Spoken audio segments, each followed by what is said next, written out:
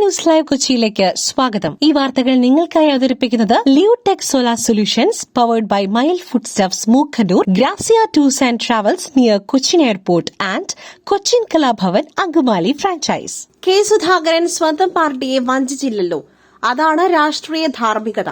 എന്നാൽ ജി സുധാകരൻ പാർട്ടിയുടെ ചങ്കിൽ കുത്തി സജി ചെറിയാൻ. കെ സുധാകരനെ പുകഴ്ത്തിയും ജി സുധാകരനെ വിമർശിച്ചും മന്ത്രി സജി ചെറിയാൻ.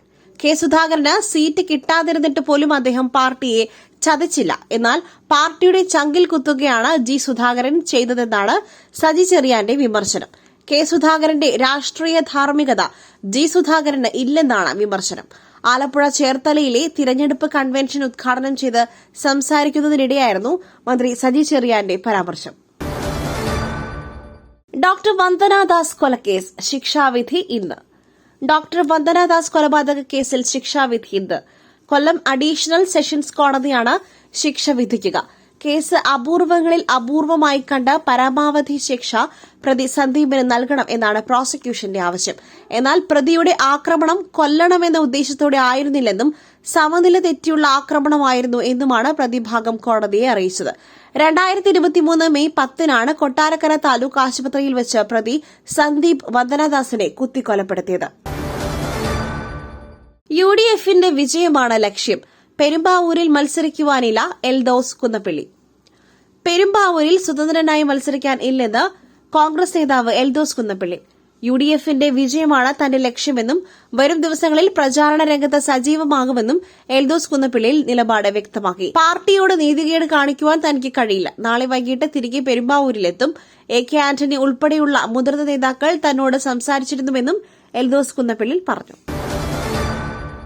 കാസർഗോഡ് മണ്ഡലത്തിൽ ഷാനവാസ് പാദൂർ LDF സ്വതന്ത്ര സ്ഥാനാർത്ഥി പ്രഖ്യാപനം നാളെ. കാസർഗോഡ് മണ്ഡലത്തിൽ ഷാനവാസ് പാദൂർ LDF സ്വതന്ത്ര സ്ഥാനാർത്ഥിയായി മത്സരിക്കും. INL CPIM നേതാക്കളുടെ യോഗത്തിലാണ് തീരുമാനം. ഔദ്യോഗിക പ്രഖ്യാപനം നാളെ ഉണ്ടാകും. ഇതോടെ കാസർഗോഡ് മണ്ഡലം ഒരു ത്രികോണ പോരിലേക്ക് പോകുമെന്ന സൂചനകളാണ് പുറത്തുവരുന്നത്. ഡിവൈഎഫ്ഐ പ്രവർത്തകനെ വീട് കയറി ആക്രമിച്ചു. 3 BJP പ്രവർത്തകർ കസ്റ്റഡിയിൽ. കുന്നംകുളം കാട്ടക്കാമ്പലിൽ ഡിവൈഎഫ്ഐ പ്രവർത്തകനെ വീട് കയറി ആക്രമിച്ചു. സ്രായിൽക്കടവ് സ്വദേശി വെളിയത്ത് വീട്ടിൽ സുഗന്ധന്റെ മകൻ സഞ്ജയ്ക്കാണ് പരിക്കേറ്റത്. ചിറയങ്ങാട് സ്വദേശികളായ 3 പേരെ പോലീസ് കസ്റ്റഡിയിലെടുത്തു. ഇവർ BJP പ്രവർത്തകരാണ്. തെരഞ്ഞെടുപ്പുമായി ബന്ധപ്പെട്ട് ഇലക്ട്രിക് പോസ്റ്റിൽ പെയിന്റ് അടിക്കുന്നതുമായി ബന്ധപ്പെട്ടാണ് തർക്കം നടന്നത്. സഞ്ജയ് സ്വകാര്യ ആശുപത്രിയിലെ തീവ്രപരിചരണ വിഭാഗത്തിൽ ചികിത്സയിലാണ്. പുട്ടു രുചികരമാവണമെങ്കിൽ മയിലിന്റെ പുട്ടുപൊടി തന്നെ വേണം. അതിന് ചെമ്പാപ്പുട്ടാണെങ്കിലും അങ്ങനെ തന്നെ. Mile rice and food products, ശ്രേഷ്ഠം സമ്പുഷ്ടം. സൗദിയിൽ ഇറാന്റെ ആക്രമണത്തിൽ ഒരു ഇന്ത്യക്കാരൻ കൊല്ലപ്പെട്ടു. മധ്യപൂർവേഷ്യൻ സംഘർഷത്തിനിടെ സൗദി അറേബ്യയിലെ റിയാദിൽ ഒരു ഇന്ത്യക്കാരൻ കൊല്ലപ്പെട്ടു. ഈ മാസം 18-നാണ് ഇന്ത്യൻ പൌരൻ കൊല്ലപ്പെട്ടത്. റിയാദിലെ ഇന്ത്യൻ എംബസി ഇക്കാര്യം സ്ഥിരീകരിച്ചു.